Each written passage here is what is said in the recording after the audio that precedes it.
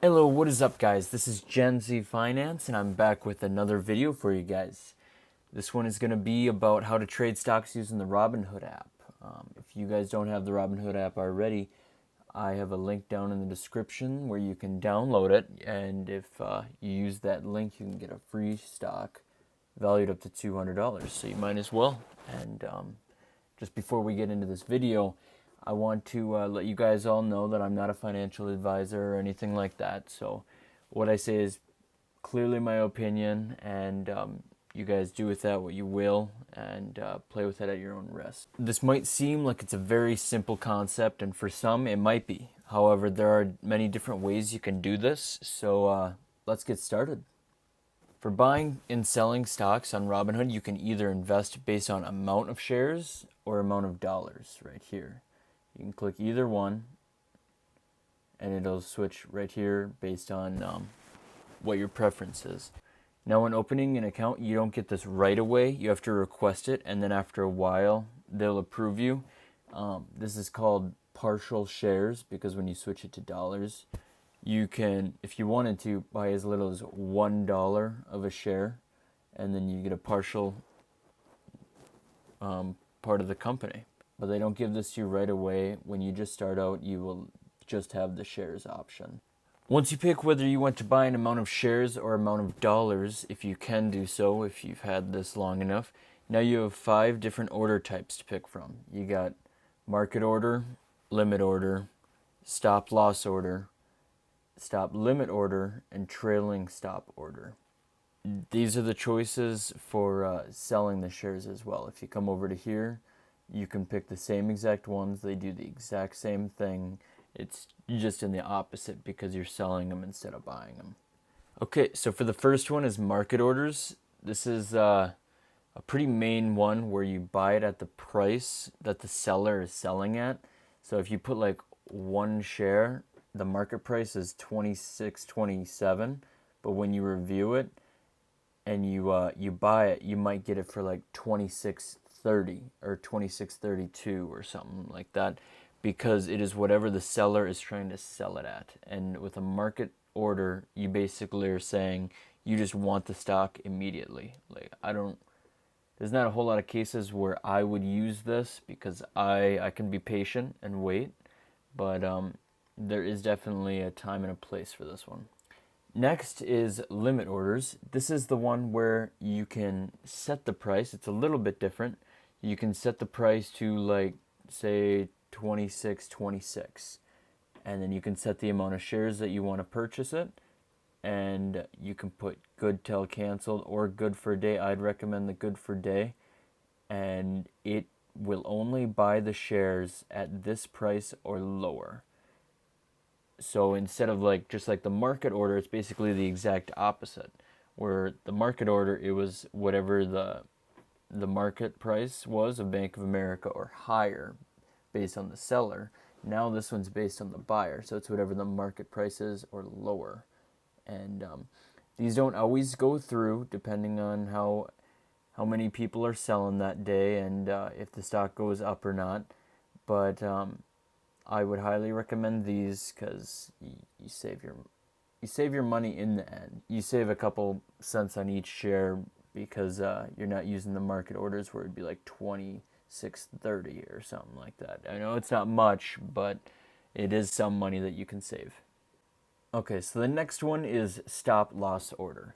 This is typically one where you think that the stock will go up, and so you set a fixed stop price, and above that current price of the stock, it has to be above the current price of the stock. Always, it'll activate instantly, and the buy order is triggered when it goes to that price or above. So say I think it's gonna go up like $1 in the next week, so I'm gonna put 26 like 35, and if it goes past 26.35, then I will automatically set up a buy order of that time because it has some momentum going up, and I can possibly make some money off of it as it climbs up to like 27 or something like that, where I don't have to be looking at the stock constantly to be seeing if it is making the approach. I can just set up this stop price and as it is climbing and gains momentum, I can buy it in the middle and possibly make some money on it. Now this one is called a stop limit order. It is very, very similar to the previous one, where you have a stop price, so you think it's going to go up, and so you set a price that you don't have to check this all the time, and it'll just buy it automatically for you.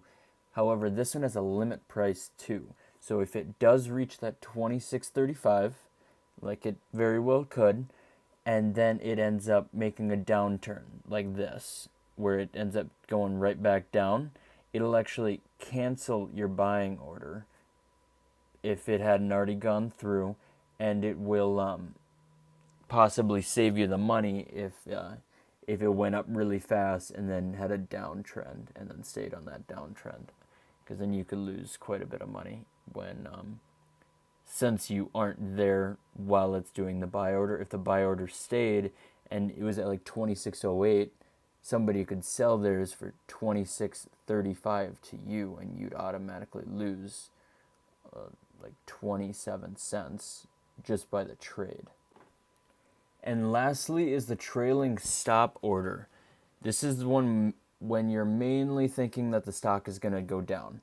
So you do it based by percentage or amount. I'd recommend percentage, but then you can set a trailing stop order of say like 4% or something like that, and it'll follow 4% higher than what it is. And if it's right here and this is 4% higher, and then it all of a sudden reaches it, it will automatically activate the buying order, and you will start buying it so that you can start gaining these gains right here. So it doesn't always work out, because like right here, if you had it on and it went down and here's like the 4%, and then it climbed all the way up here, you start that activated buy order, and then it all of a sudden falls and falls and falls and falls some more. So it works on very specific cases like this one, to where if you were 4% higher, you would buy it right here and you would eventually make some money. But then again, it is very specific cases, and if I were to pick any of these that I would use, I would pick the limit order over any of the other ones, because in my opinion, it seems like the one that's most in it for the buyers instead of the sellers. I feel like the market order is basically in it for the buyers who don't really have a preference on when to sell. I mean, if they can make a little extra money on their stock, then they'll sell it. But limit orders, it's basically the exact opposite, where the buyer doesn't really care if they buy it at that price. They would prefer it a little lower, and if the seller is in a hurry to sell it, then they'll sell it at the little bit lower price, because you in the end decide how much you are paying for it. It's not like market orders where you basically can pay anything, whatever they're selling it for. It's not like these where you could possibly buy it at a dip and then it keeps dipping down. Limit orders seem to be, in my case, the way to go. They've worked out pretty well for me, especially if you start on the day. You can put a limit order down like 20% or 20 cents lower than what the stock that you're looking at is. And so say I would have put it at 26.07, I would have ended up buying it right here. It would have put a bought order right there. And if that doesn't happen in the day, well, then you just end up keeping your money. So in my opinion, I would majorly use the limit order. Alright guys, that is going to be it for this video. I hope you guys enjoyed and learned something out of it. If you guys could leave a like and subscribe to my channel, that'd be great. It would help a lot. And thank you, and I will see you guys in the next one.